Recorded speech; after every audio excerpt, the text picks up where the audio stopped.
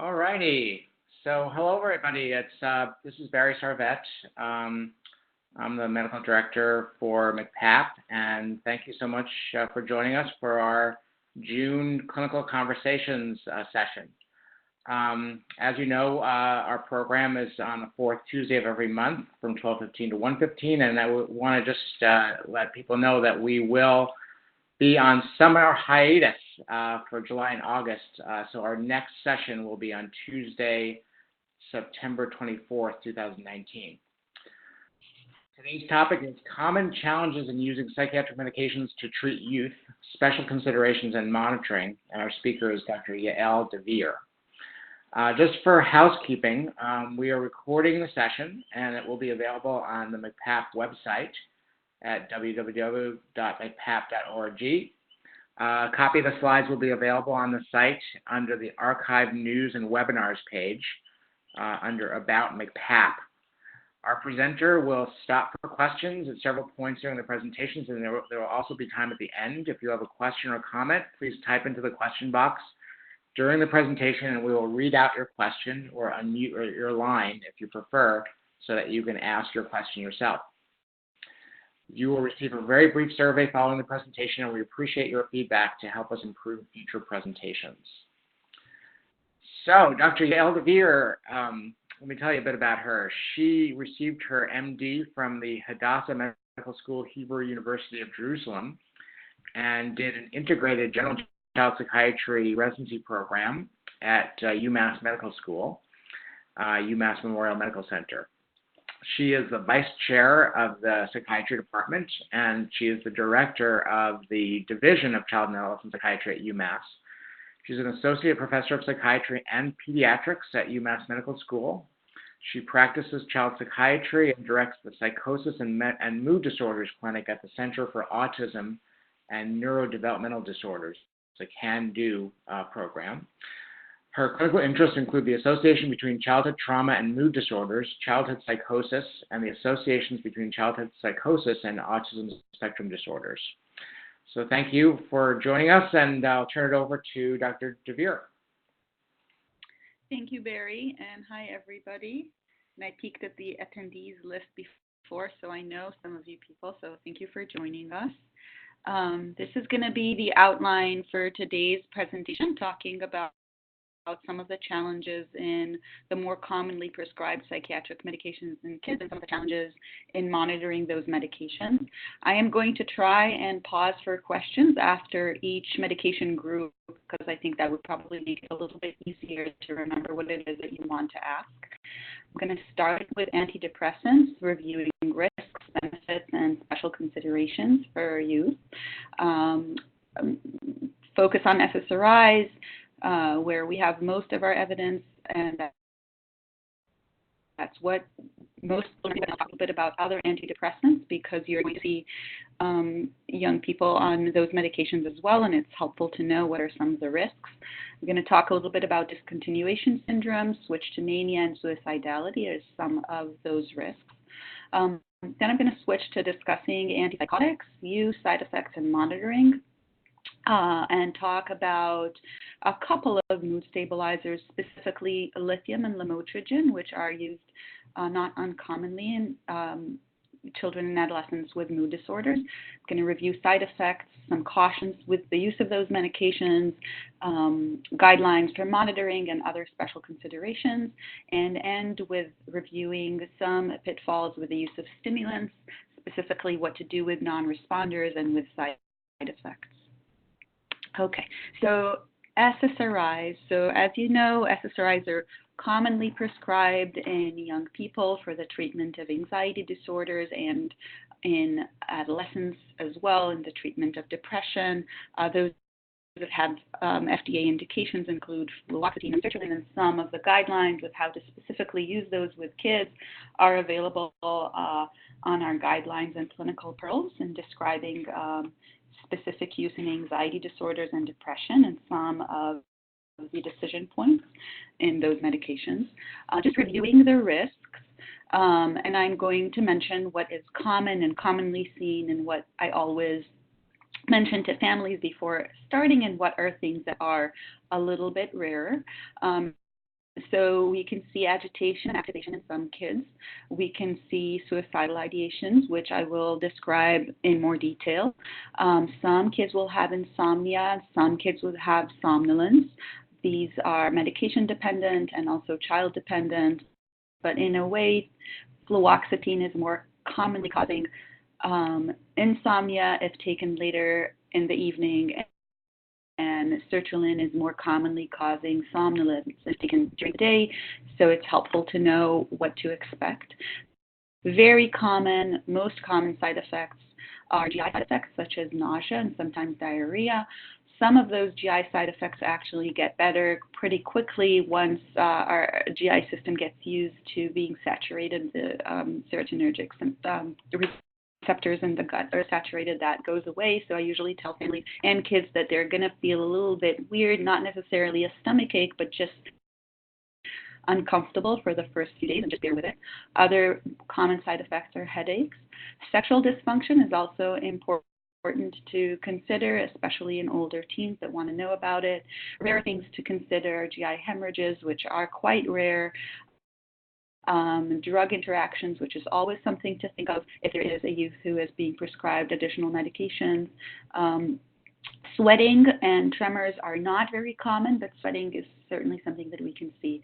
In terms of benefits, we know that these medications are quite effective for the treatment of mood and anxiety disorders. They're generally quite well tolerated, and all this list of side effects is not actually something that we see in clinical practice quite often. We don't need any regular labs for monitoring. Overdose is generally not a huge risk, and many are quite inexpensive and available as generic medications. In reviewing other antidepressants, I want to talk about SNRI, so serotonin and norepinephrine reuptake inhibitors. You will see youth with Effects and Venlafaxine or Cymbalta or Duloxetine. Duloxetine actually has an FDA indication for youth, but you will see both of these.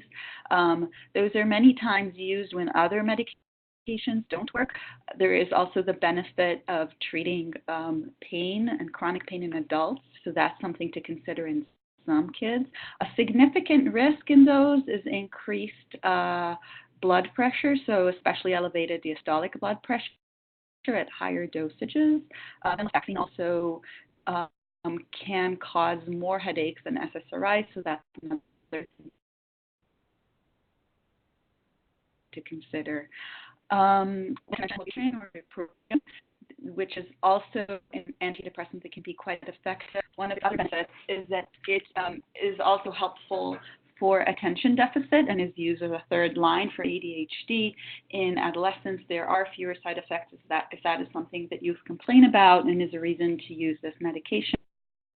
And the risks, one of the most significant is a decreased seizure threshold, which is dose dependent. That's something to consider also when there is co-occurring substance use disorder or alcohol use. That's something to think about.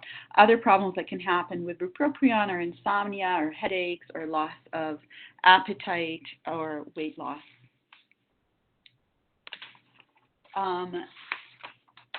Something to know about that is important is SSRI discontinuation syndrome. So if there is ever a reason to stop a medication, it's usually helpful to do a slower taper off and not completely stop it.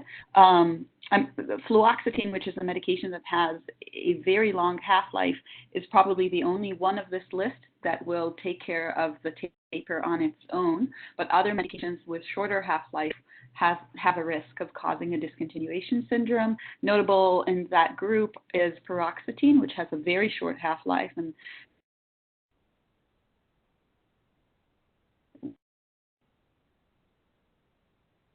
we frequently do see discontinuation, even insomnia, dizziness, and headaches. We again can see significant GI symptoms, and diarrhea here is even more common than in starting the medications, as well as nausea and vomiting, and we can see paresthesias. So sometimes it's difficult to put the symptoms together with the course of what happened with the medication, but discontinuation syndrome is always something important to consider.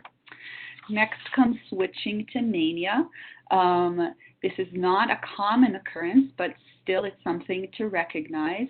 So one of the risks of using antidepressants in a young person who was not diagnosed with bipolar disorder is that the use of SSRI or SNRI can actually worsen symptoms of bipolar or switch to a hypomanic or manic state.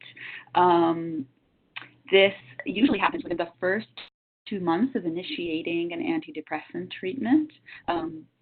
However, there is some evidence that using an antidepressant in patients with bipolar without an accompanying mood stabilizer can cause longer-term mood instability, which is important to consider. It's possible that some of the antidepressants have more risk of switching to mania than other antidepressants, but we don't have clear data on that. We do know that this is possibly the first presentation of mania in 10 to 25% of patients with bipolar disorder. So this is something that is important to think about if there is worsening of symptoms, especially if there is a family history of bipolar disorder in the child. Next comes risk of suicide, which is a topic we hear a lot about and have talked a lot about. There is short-term risk of increased suicide in patients when placed on antidepressants. And more than a decade ago, the FDA issued a black box warning on increased suicidal ideations in young adults and young adolescents. What we know is that as a result of this, there was a decrease in prescribing and actually an increase in suicides, an increase in morbidity from depression and anxiety in kids. So it's important to know the risks, but to be able to monitor for emerging symptoms and not just avoid treatment altogether. We know that it is most important to monitor early on in the treatment, which is when those symptoms do emerge. We also know from a pretty comprehensive review of multiple pediatric trials that while there is an increase in ideations, there wasn't actually completed suicides in youth. So we know that there is about a 4% risk of having experienced more thinking or suicidal behavior, but we do need to put that in the context of being able to treat the actual conditions that the kids are coming to us with. In terms of monitoring, there isn't any lab work that needs to be done on a regular basis unless there is any specific struggle with side effects. We know that monitoring should be more frequent immediately after treatment onset and after any changes in treatment, like changes in dose. And we know that what we want to monitor for, especially are side effects, whether the medication is actually helpful or not, and of course, monitor for suicidality. I'm going to pause and just see if anybody has specific questions about antidepressants before switching to the next medication group. Any typed up questions or verbal questions? Give it a few seconds. Okay. I'll keep going and make sure to pause again if I see any question come up on the screen. Next group of medications is antipsychotic medication. I wanted to start by saying that many of those medications are prescribed off-label, and that we really do need to pay attention to our patients that are on antipsychotic medications. We know that there is an increased use in younger children, and that there is a disproportionately higher use in males and those who are in the foster care system and in those that are publicly insured. We know that we need more research to look at safety and efficacy for the off-label uses. And a general caution is that those medications are generally better prescribed by specialists, although I do value all of my colleagues who are bridging and holding some of those kids with those prescriptions when that is indicated and needed for a youth's well-being. But the general rule of thumb is start low and slow and avoid polypharmacy when at all possible. So with this caution, here are some of the indications for using antipsychotic medications in kids. One is a mania in bipolar disorder, and there are several antipsychotic medications who are FDA approved for the treatment of bipolar disorder in young people 10 to 17. These include risperidone, aripiprazole, quetiapine, olanzapine, and asenapine, and a number of those are also approved for the treatment of schizophrenia in people in that age group. Much less common that you will be seeing that. Two other important indications that are commonly seen in practice are irritability associated with autism spectrum disorder. Both risperidone and aripiprazole have indications for that, and that's common uses that we see. In terms of side effects of antipsychotic medications, the most common one is weight gain. Metabolic syndromes such as hyperglycemia and hyperlipidemia is also not uncommon and something that we have significant concerns about. Sedation is quite common. Extrapyramidal symptoms, dystonic reactions is something that we see usually more acutely with high potency medications, and when those are used at higher doses and at the starting of treatment. Akathisia is probably the most common of those motor symptoms, and it is sort of a sensation of feeling uncomfortable within one's own body that youth might describe. Tardive dyskinesia, which is something that many of us sort of saw and learned about in general psychiatry and in adults, is actually quite uncommon in young people, very uncommon with the second generation antipsychotic.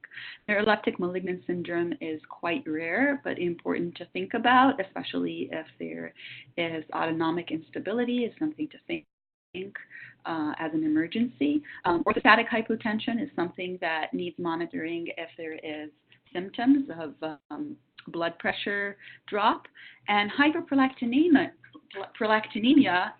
is mostly seen with risperidone. It's usually clinically insignificant, and my general practice is not to worry about checking for hyperprolactinemia unless there is clinical significance, unless there actually is physical signs and symptoms in exam or complaints of lactation, which are actually quite rare. Frequently, you will test and see an elevated or a somewhat elevated prolactin level, which is elevated because of the stress of the blood draw, and then it makes it difficult to make a decision about what to do with a medication that is actually working for a child. This is an important slide that guides our monitoring guidelines for antipsychotic medications. First important point is to start with education to the family about what the side effects, risks, and benefits are, and talk about preventive measures like diet and exercise, given that our biggest concern is BMI, weight, and effects on metabolic profile. Generally, it is the prescriber's job to monitor those labs. However, if you are seeing a child or an adolescent who is on these medications, it's very helpful to be able to ask families if labs were drawn and at what frequency they're drawn. It just means that there is more than one person trying to make sure that these important measures are being followed and taken care of. So you can see that there are baseline labs that we want to look at, and then checking again at 3 months, 6 months, every 6 months, and then annually thereafter. I'm going to pause for a minute and see if there are any questions on antipsychotic medications before switching. Just a reminder to everyone, if you want to ask a question verbally, just click the raise your hand button if you can see it, and otherwise you can even just put a message in the text box saying that you would like your line unmuted to ask a question. You could also just simply type a question into the box, and then you would see, and then we would read it out for everyone. So I see a couple of questions. I see a question about what comorbid conditions would make you not want to use an SSRI. So that is a very good question. There are rare sort of cardiac conducting issues in kids where I would like the input from the cardiologist. I've had a few of those situations. Not a very common scenario, and most commonly is not wanting to prescribe if I have a real concern for actual bipolar disorder. I would want to make sure that we really rule that diagnosis out before starting that medication. Another question that I see here is, what about using Abilify aripiprazole as augmentation therapy with antidepressants? So this is something that we do in adults. There is an indication for that in adults. I will say that if there is an antidepressant that is not fully helpful, I would want to make sure that psychosocial treatment plans are in place for this use, to make sure that there is engagement in individual therapy and maybe in group therapy if that is indicated, to learn some more coping strategies, that we're paying attention to what's going on in the family before thinking of adding an antipsychotic that has potential side effects, saying that it is a legitimate augmentation strategy.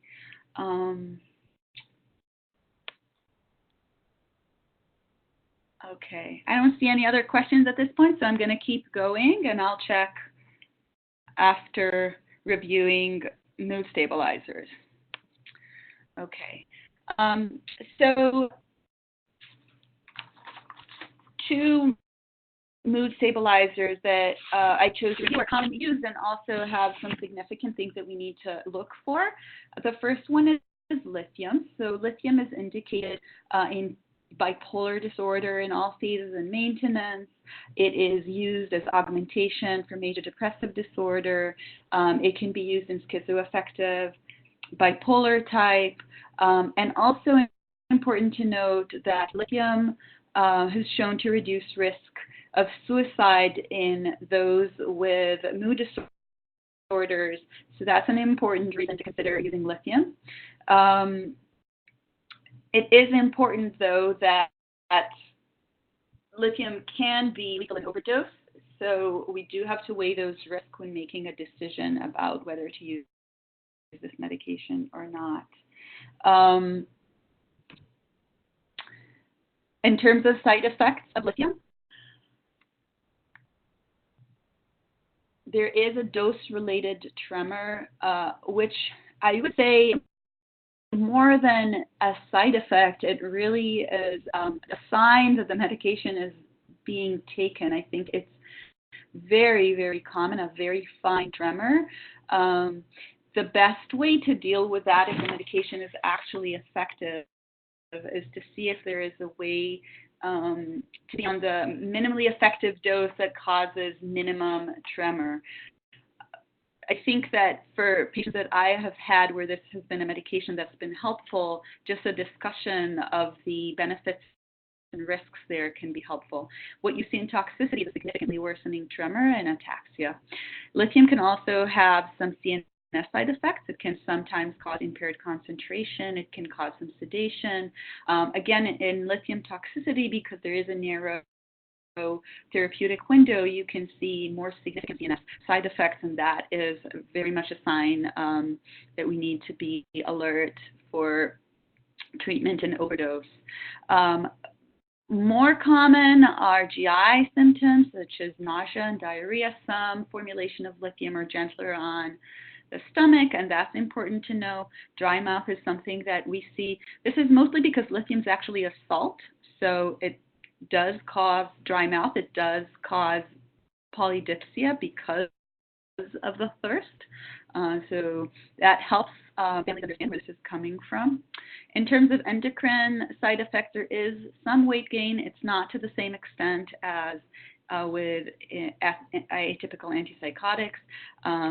There is hypothyroidism, and the mechanism for the hypothyroidism is actually quite interesting, and it's not completely known, but something about lithium causes T4 to decrease production, and then also the transition between T4 and T3 is decreased.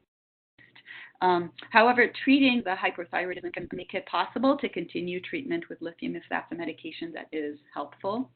In terms of other renal side effects, so this is what we worry about most, but it's actually not that common as a side effect. Polydipsia and polyuria and diabetes insipidus are quite common. However, side effects that actually cause renal insufficiency, like nephritis, are not common and usually picked up on with monitoring of renal function. Cardiovascular side effects include T-wave flattening and bradycardia, and dermatological side effects include worsening of psoriasis, and something that really isn't very popular among teenagers is worsening of acne. So want to make sure that that is treated. In terms of monitoring, in terms of cautions with lithium, if you have a patient who is an adolescent girl and she is on lithium, it's important to make sure that we have a conversation about the risks during pregnancy. Even though we do know about the risk for cardiac anomalies in first trimester, those risks are actually lower than they are for other mood stabilizers. So this is not a complete indication not to use the medication. Other cautions are renal dysfunction, cardiac conduction delays, drug interaction. This is really important to know, not to use NSAIDs. So if there is a PRN, use of ibuprofen for pain or fever, that is not something that we recommend. We recommend using acetaminophen instead. It's important to think about maybe worsening of already existing conditions like psoriasis and thyroid conditions. And if you have a patient who tends to have dehydration, that is also important to know if there's an eating disorder, because the blood levels of lithium can rise, which can increase the risk of toxicity.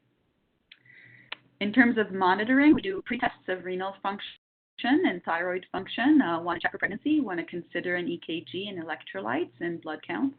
Monitoring is every 3 to 6 months with a TRO level, so 12 hours post-dose, easiest to do in the morning. Also monitoring for renal function and thyroid function.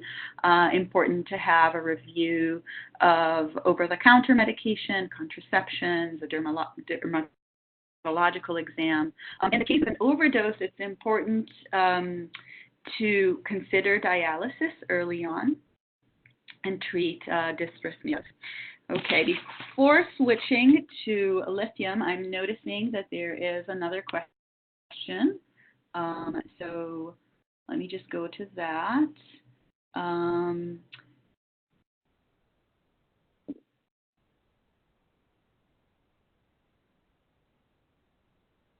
still seeing some prescribers requesting that an EKG be ordered by primary care provider. Are there medications in which this should be done in the absence of cardiac history?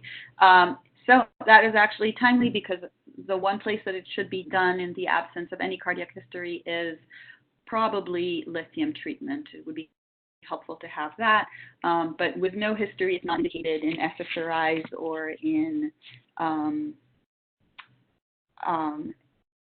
antipsychotics. Okay, so lamotrigine is also something that is used for bipolar II disorder in youth, and also as augmentation strategy for depression. It is an anti-seizure medication. It is very well tolerated if it's titrated slowly. There are a lot of other interactions with other anti-epileptic medications. The biggest reason to go slowly and really titrate the dose slowly is the risk of rash, which can develop into Stevens-Johnson syndrome. So it's really one of the only situations where there is a dermatological side effect that can be life-threatening. However, it doesn't go from 0 to 100 right away. It's something that if the family knows to look for and alert their prescriber is relatively easy to do. And also titrating medication thoughtfully is usually quite helpful in preventing this.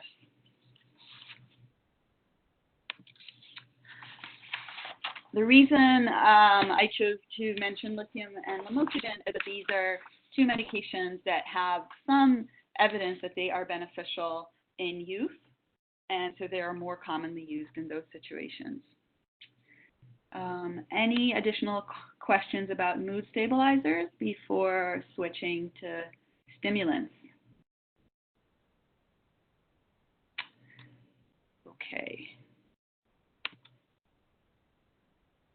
So I think the biggest challenge with stimulants is what to do when you make the diagnosis of ADHD in a young person, you start stimulants, and there doesn't appear to be a favorable response. So just to think about what are the things that could contribute to that. So there are some patient factors. One of those important things to start with is the diagnosis of ADHD accurate? So go back to the drawing board and think about what other diagnoses might be possible. Many other conditions in kids can look like ADHD. Kids who have anxiety disorders can have trouble with attention and concentration. Kids who have been traumatized can also have significant problems with attention and concentration, and so PTSD often is a diagnosis that is missed. Mood disorders, so kids who are hyperactive but it is not ADHD but mania or hypomania.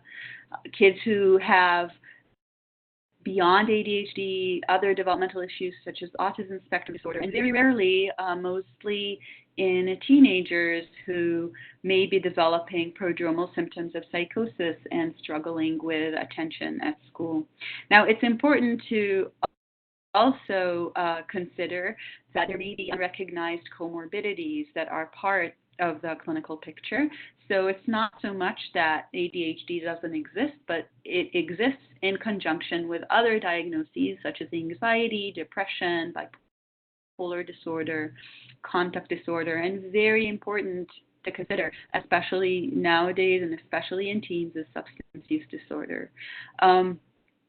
Other patient factors, are there side effects that are interfering? Is there a reason that causes the patient not to take the medication? Is it actually not making him feel good for some reason and the patient is not taking it? Factors that are related to medications include dosing. Important to think about both under and overdosing. Is there just not enough medication? Is there too much? And we're now going above the level where it's helpful and into the area where we see more frequent side effects. Are we not prescribing a stimulant that has the best delivery system or the best half-life for this patient? Because stimulants, as you know, come in short, intermediate, and long-acting. Is it wearing off too quickly and we're having rebound side effects? Or is it wearing off too quickly and we're just not getting the effects later in the day? So sometimes just going over the timeline of when symptoms are not well controlled can be helpful.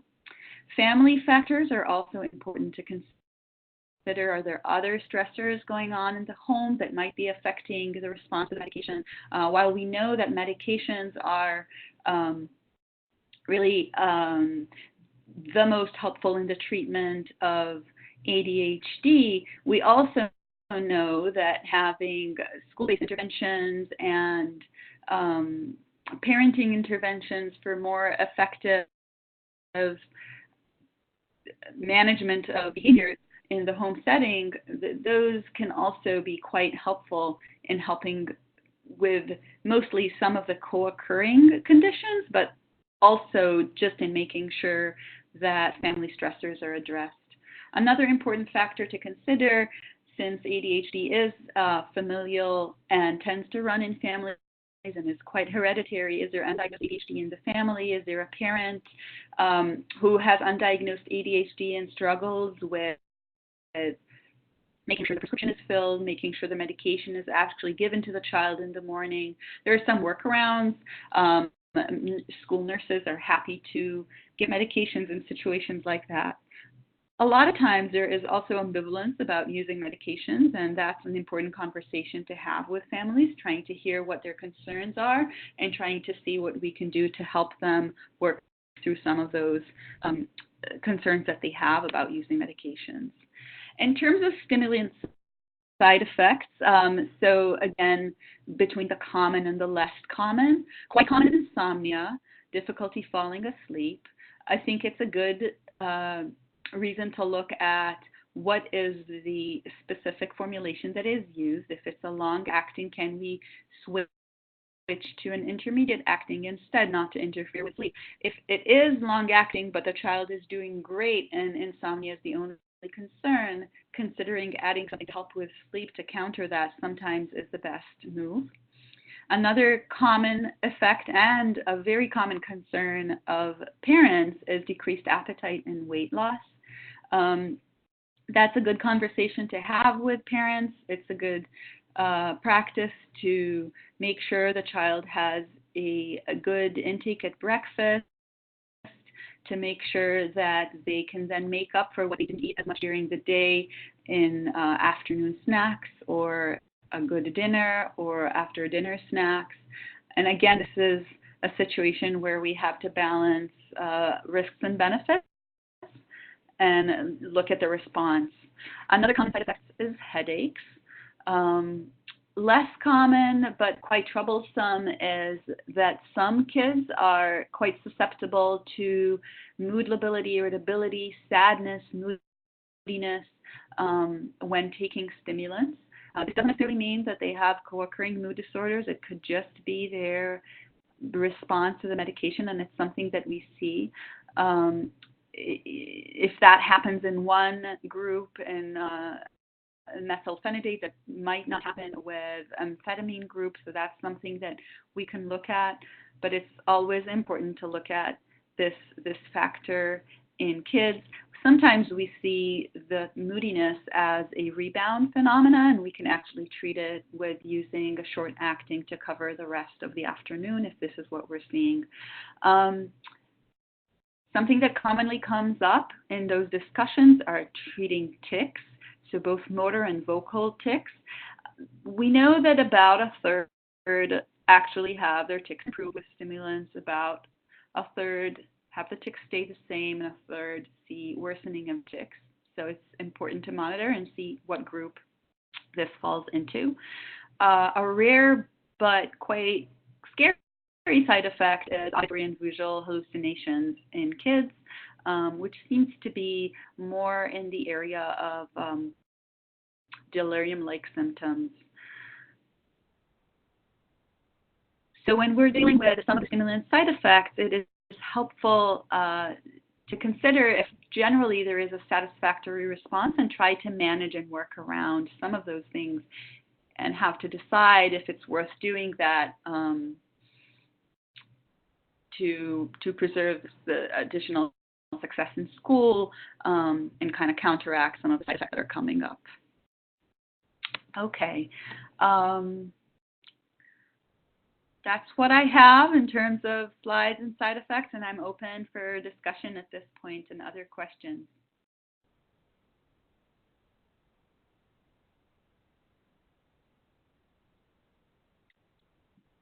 So I don't see any questions. Yael, do you see any on your screen? I do not see additional questions at this point, no. Okay, so again, feel free to raise your hand or type a question in the text box if you have one. I'll give people another minute or two.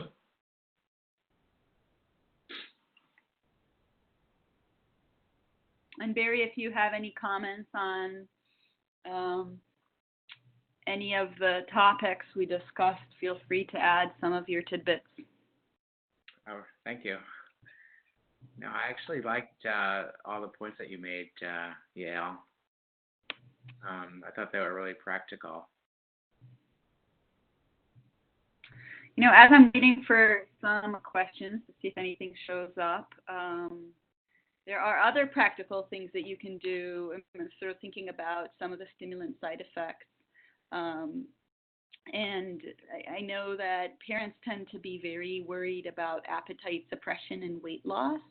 And I actually know that that's probably something that pediatricians do much better than I could ever do in terms of advising families on healthy eating. But that is actually a really good time to go back to some of those strategies and think about using some sort of, if it's a smaller child, a younger child, where there is concern about appropriate weight gain, think about sort of calorically dense snacks and dipping things in peanut butter and in ranch dressings. So these are some things that can be helpful. Okay, I can see another question here. I am seeing mixed views about the dosing of stimulant medications. There is one line of thought that after a certain dose, you aren't getting any additional effect. However, some providers are using extremely high doses of those medicines. What do you think? That is a very, very good question. And I think, this is what I think. I think it depends. It really depends on the response and on the child and what is the reason to push it up.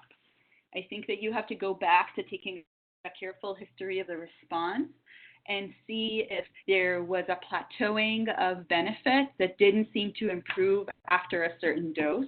Then you know that you've maxed out and there isn't really a reason to continue to increase.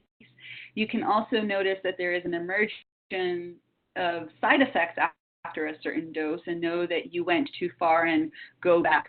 However, there are kids that really do chew through those medications and do require higher dosages. So I don't have a one answer. I will say that I always start as low as possible and try to make sure to get as much data points in between before bumping up the dose. And if we're running into trouble, I try to think about both options, whether the dose was too high or too low, and try and do that by gathering a little bit more history from the parents and sometimes the child. Sometimes the child can actually give you some of that some of the important information on their own if you ask them what it is that they're feeling.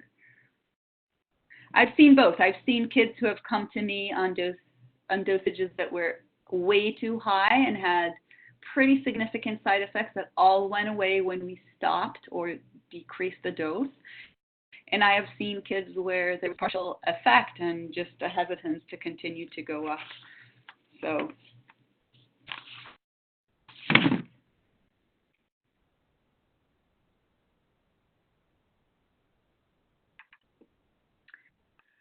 another thing to say about stimulants is the younger age group, so the under 6, some of those side effects, the appetite suppression, the insomnia, and the moodiness are things that we see more commonly when we're treating preschool ADHD.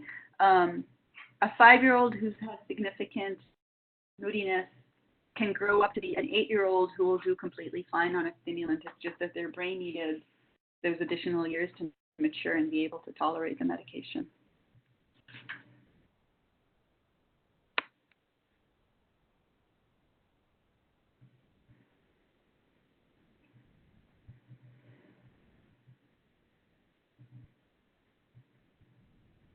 So do you see any other questions? I'm looking through this right now. I don't see them all because some are sent privately to the host, but Sarah forwarded them to me. Mm-hmm. I think you covered all of these, though. Yeah, the only one that might have been missed is if the slides will be available. So if you didn't see that question's answer, they will be on our website, both the PowerPoint and the recording. Okay. Thank you, Sarah. Yeah, so if there are no other questions, then I think we'll close the webinar. But thank you, everyone, for joining us. And just a reminder, if you could fill out the survey that pops up after you leave the webinar, that would be really helpful to us. And if you have any questions, just feel free to email us at mcpap@beaconhealthoptions.com. But thank you so much for joining us, and thank you so much to Dr. Dvir for a really excellent presentation. Thank you. Have a good day, everybody.